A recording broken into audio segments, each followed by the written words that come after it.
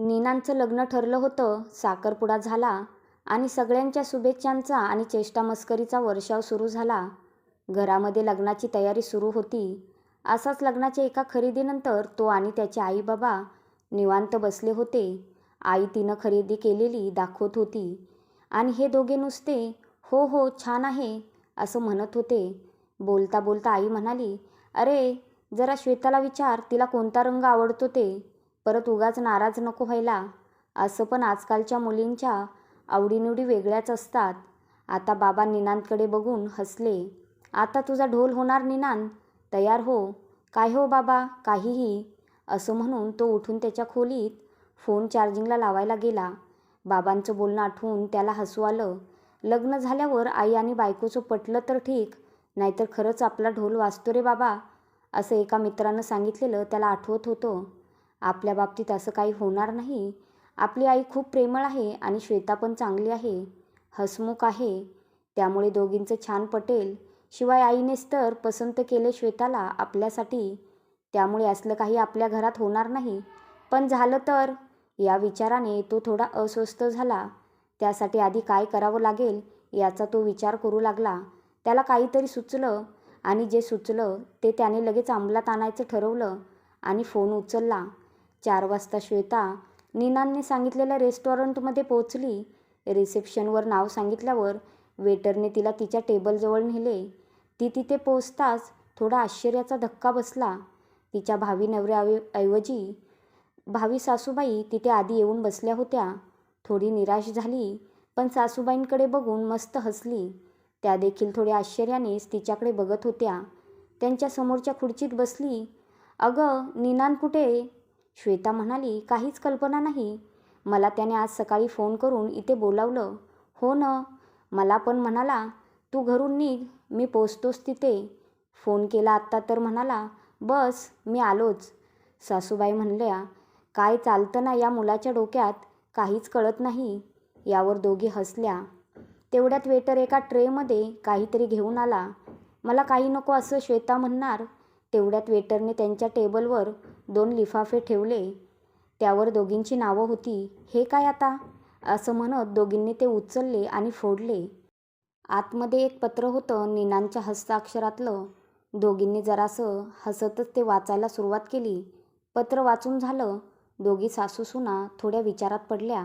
मग एकमेकींकडे पाहून अगदी मनापासून हसल्या. काय म्हणावं या मुलाला, पण पटतंय खरं त्याचं ऐकावं म्हणते. तुला काय वाटतंय? मला पण असंच वाटते आई, पण मला ना खूप उत्सुकता आहे की तुमच्या पत्रात काय आहे. श्वेता थोडी लाजत म्हणाली. अगं मला पण. आधी मी माझं पत्र वाचते आणि मग तू तुझं वाच, ठीक आहे? सासूबाईंनी विचारलं. श्वेताने नुसतीच संमतीदर्शक मान हलवली. प्रिय आईस, खूप वर्ष झाली तुला असं पत्र लिहून, पण मनातलं सांगण्यासाठी पत्रासारखं दुसरं साधन नाही असं तू नेहमी म्हणतेस. तेव्हा म्हटलं तुला पत्रच लिहावं. मला नोकरी लागल्यापासून तुझी वधू संशोधनासाठी गडबड सुरू झाली. श्वेताला बघून आल्यावर तू म्हणालीस मला मुलगी पसंत आहे आणि मी माझ्यासाठी तेव्हाच मी श्वेताला होकार दिला होता, कारण तुझ्या पसंतीवर पूर्ण विश्वास आहे माझा. लग्नाची तयारी सुरू झाल्यापासून तू बरीच व्यस्त दिसतेस. मोकळेपणाने बोलायला वेळच मिळत नाही. म्हणूनच हे सविस्तर पत्र लिहितोय तुझ्यासाठी. जेव्हा मुलगी तिच्या आईवडिलांना सोडून सासरी येते तेव्हा तिची आई खूप रडते. आपल्या जीवाचा तुकडा एका अनोळखी ठिकाणी कायम जाणार म्हणून. मला वाटतं मुलाच्या आईला पण काहीसं वाईट वाटत असणार. इतके दिवस आई आई करणारा मुलगा आपल्याला विचारेल की नाही याचा विचार करून. पण माझ्या बाबतीत अगदी निश्चिंत राहा. मी आजही तुझा मुलगा आहे आणि शेवटपर्यंत तुझा मुलगाच राहीन. फक्त आता त्याच्यावर आणखी एका व्यक्तीला खुश ठेवण्याची जबाबदारी येईलच इतकेच. श्वेताच्या घरात येण्यामुळे थोड्या गोष्टी बदलतील एवढंच. तेव्हा एखादे वेळेस जर मी तुझ्या कोणत्या गोष्टींसाठी आत्ता वेळ नाही असं म्हणालो तर राग मानू नकोस. जसं तुमची काळजी घेणं माझं कर्तव्य आहे, तसाच श्वेताच्या आईवडिलांचा पण आदर करणं माझं कर्तव्य आहे. ही गोष्ट तू मान्य करशीलच याची खात्री आहे. तसा तुझा स्वभाव माहीत आहे मला.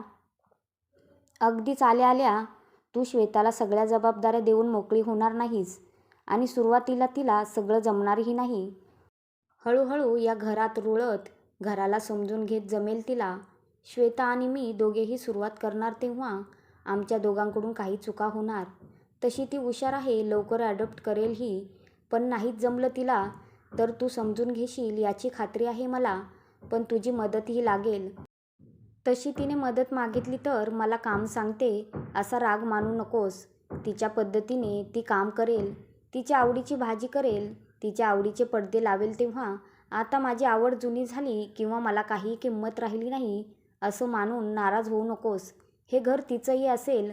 तिलाही थोडं आपलेपणाची भावना जाणवण्यासाठी ते गरजेचे आहे. श्वेता आणि मी, आम्ही दोघेही स्वतःचे निर्णय घेऊ. अर्थात घरातल्या मोठ्यांशी बोलूनच. आपण सगळे मिळून मस्त फिरायला जाऊ, एकमेकांबरोबर वेळ घालवू. पण कधी कधी मी आणि श्वेता दोघेच फिरायला गेलो तर मी तुम्हा दोघांना विसरलो असं समजू नका. श्वेताच्या प्रत्येक गोष्टीचं कौतुक कर असं म्हणणार नाही, पण तिच्या चांगल्या गोष्टीला प्रोत्साहन देशील तर ती तुला डोईजडही होणार नाही आणि तुझ्यावर नाराजही राहणार नाही. उलट तुम्हा दोघींचं नातं अधिक घट्ट होईल.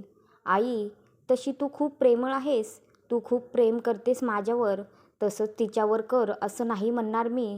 पण आई वडिलांना सोडून आलेल्या या नवीन मुलीला परकं वाटणार नाही याची काळजी देखील घ्यावी लागेल आपल्याला.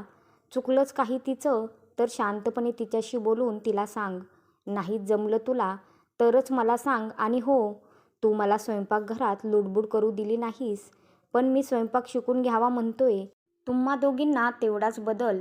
आणखी काय सांगू तुला, तू तशी खूप समजूतदार आहेस. नाती निभावणं तुला खूप छान जमतं. शेवटी तुला परत सांगेन, मी तुझ्यासाठी तुझा लाडका मुलगा होतो आणि राहीन. तुझाच लाडोबा निनांद. श्वेता खूपच शांतपणे सगळं ऐकत होती. एवढा समजूतदार नवरा मिळाला म्हणून स्वतःच्या भाग्याचा हेवा वाटला तिला. अगं, तुझं पत्र वाचतेस ना? या सासूबाईंच्या आवाजाने ती भानावर आली. हो, वाचते असं म्हणून तिने सुरुवात केली. प्रिय श्वेता, आता एकमेकांबरोबर आयुष्य घालवायचं म्हणजे मनातल्या गोष्टी मोकळेपणाने सांगाव्यात असं वाटतं मला. माझ्या दृष्टीने लग्न म्हणजे दोन मनांचं मिलन तर आहेच, पण दोन घरांमधल्या संस्काराचं देखील. म्हणूनच माझ्या मनातल्या काही गोष्टी शेअर करतो ज्या आपल्याला उपयोगी पडतील. लग्न करून या तुझ्या नवीन घरात येताना तुला नर्वस वाटतंय हे मला माहीत आहे, पण घाबरू नकोस. मी आहे तुझ्यासाठी. आपण दोघे मिळून आपलं सहजीवन आनंदी करू. एक गोष्ट सांगू, जितकी तू बावरली आहेस तितकंच टेन्शन आईलाही आहे. जसं तुझ्या आईला तू सोडून जाणार याचं तुला दुःख आहे, तसं आईला देखील आपला मुलगा थोडासा दुरावणार याची धास्ती आहे. आजपर्यंत तिचं जग माझ्या भोवती होतं, त्यामुळे कधीकधी मी तिला थोडा वेळ दिला तर समजून घे. इनफॅक्ट मी तर म्हणतो की आपण दोघे मिळून एकमेकांच्या आईवडिलांना वेळ देऊ समजून घेण्यासाठी. तुला सगळ्याच घरच्या जबाबदाऱ्या जमतील असं नाही. आपण दोघेही मिळून त्या हळूहळू उचलू. अगदी स्वयंपाकघरात देखील तुझी मदत करण्याचा माझा प्रयत्न राहील. पण आईबाबांना विश्रांती आणि मोकळा वेळ देणं पण गरजेचं आहे हे लक्षात ठेवूया. अगदीच मदत लागली तर त्यांना न लाजता सांगूयात. या वयात शरीर आणि मन दोन्ही कमकुवत होतात, तेव्हा आईचं काही चुकलं किंवा तुला नाही आवडलं तर शांतपणे सांग. धारदार शब्द मनावर न दिसणारे पण कायम राहणारे आघात करतात कधीकधी. अगदीच बोलायचं काही सुचलं नाही तर मला सांग, मी समजावून सांगेन तिला. या घरासाठी तिने बरीच मेहनत घेतली आणि त्या बदल्यात कधीही कोणतीच अपेक्षा नाही ठेवली. पण आपण अधूनमधून तिला कौतुकाचे, धन्यवादाचे काही क्षण देऊयात. इथली प्रत्येक गोष्ट मनापासून सजवली.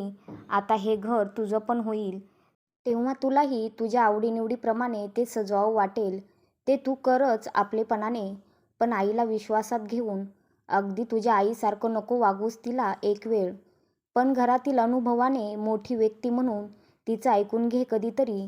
थोडं त्या दोघांचं, थोडं आपलं ऐकू. बोलूयात, एकमेकांबरोबर सुसंवाद ठेवूयात आणि एकमेकांबरोबर आनंदाने राहूयात.